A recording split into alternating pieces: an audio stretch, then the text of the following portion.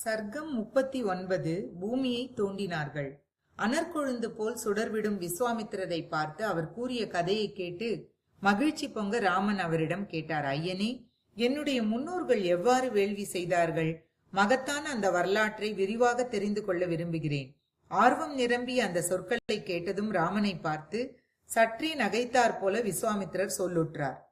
பெருந்தகைமையாளர் சகரனுடைய வரலாற்றை விரிவாக சொல்கிறேன் கேள் ராமா. பரமேஸ்வரனுடைய மாமனார் இமவான் என்ற மகிமை பொருந்திய மலை, இமயமலையிலிருந்து வெகு தூரத்தில் தென் திசையில் விந்திய பர்வதம் இருக்கிறது.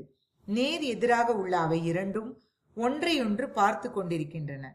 இடையேயுள்ள நிலப்பகுதி சமவெளியாதலால் மலை ஏதும் குறுக்கே நின்று பார்வையை தடுக்கவில்லை. புருஷோத்தமனே, அவ்விரண்டு மலைகளின் இடையேயுள்ள புண்ணிய பூமியில் அந்த வேள்வி நடந்தது. மாவீரனே, அந்த பிரதேசம் வேள்வி செய்வதற்கு மிகவும் உகந்தது. காக்குத்தனே, அந்த யாகத்தில் சகரனுடைய விருப்பப்படி வலிமை மிக்க வில் உடையவனும் மகாரதனுமான அம்சுமான் யாக குதிரையை காப்பாற்றும் பொறுப்பை ஏற்றிருந்தான். யாகம் நடைபெற்று கொண்டிருக்கும் போது பருவ காலத்தில் உக்தியம் என்ற யாகம் நடைபெற வேண்டிய நாளில் அரக்க உருவம் தாங்கி வந்த இந்திரன் யாக குதிரையை கவர்ந்து சென்றான். குதிரை அபகரித்து செல்லப்படுவதைக் கண்டு மகாத்மாக்களான ரித்விக்குகள் அனைவரும் எஜமானரான சகரனிடம் இவ்வாறு கூறினார்கள். இந்த பருவ காலத்தில் யாக குதிரை வேகமாக இழுத்துச் செல்லப்படுகிறது. கவர்ந்து செல்பவனை கொன்றுவிட்டு குதிரையை திரும்ப கொண்டு வாருங்கள். அப்படி திரும்ப கொண்டு வராவிட்டால் யாகத்தில் குறை ஏற்படும். அதனால் எல்லோருக்கும் கேடு உண்டாகும். ஆகவே மன்னரே, குறை ஏதும் இல்லாமல் வேள்வி நிறைவேறுவதற்கான நடவடிக்கை எடுங்கள்.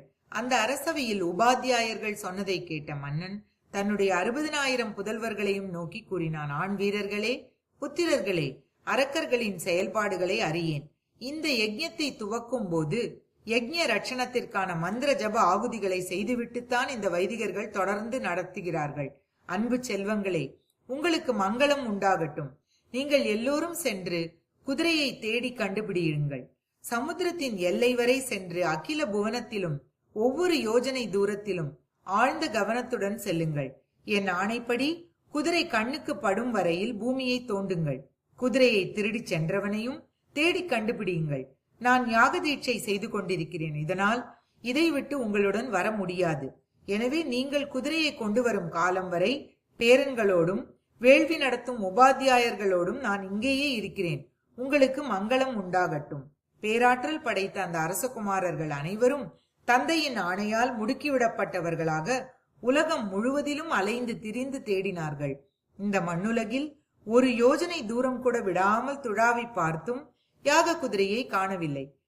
வீரர்களான அவர்கள் வஜ்ரம் போன்ற தம் நகங்களாலும் இடியை போன்ற சூலங்களாலும் பயங்கரமான கலப்பைகளாலும் பூமியை தோண்டினார்கள். ராகவனே, பூமி பிளக்கப்படும் போது பேரொலி எழுந்தது. பூமியை தோண்டும் போது துண்டிக்கப்படுகிற நாகர்கள், அசுரர்கள், அரக்கர்கள், மற்ற பிராணிகளின் கூக்குரல் சகிக்க முடியாததாக இருந்தது. ரகுநந்தனா, அவர்கள் 60,000 யோஜனை ஆழத்திற்கு பூமியை தோண்டி ரசாதலம் வரை சென்றார்கள். இவ்வாறாக மாமலைகளுடன் விளங்கும் இந்த ஜம்பு தீபத்தை தோண்டியவாறே எல்லா பக்கங்களிலும் சுற்றி சுற்றி வந்தார்கள். அப்போது பெரும் கலவரம் அடைந்த தேவ கந்தர்வ அசுர பன்னகர்கள் எல்லோரும் பிரம்மாவிடம் சென்றார்கள். கவலை நிறைந்த முகத்தோடு கூடிய அவர்கள் பிரம்மாவை தோத்தரித்து மிகவும் பயத்துடன் அவரிடம் முறையிட்டார்கள். பகவானே, சகரனுடைய குமாரர்களால் பூமி முழுவதும் தோண்டப்படுகிறது. ஏராளமான சான்றோர்களும் நீர்வாழ் பிராணிகளும் வதம் செய்யப்படுகிறார்கள்.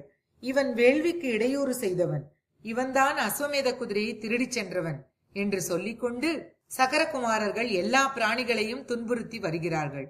ஸ்ரீமத் வால்மீகி ராமாயணம் பாலகாண்டத்தில் 39வது சர்க்கம் முற்றிற்று.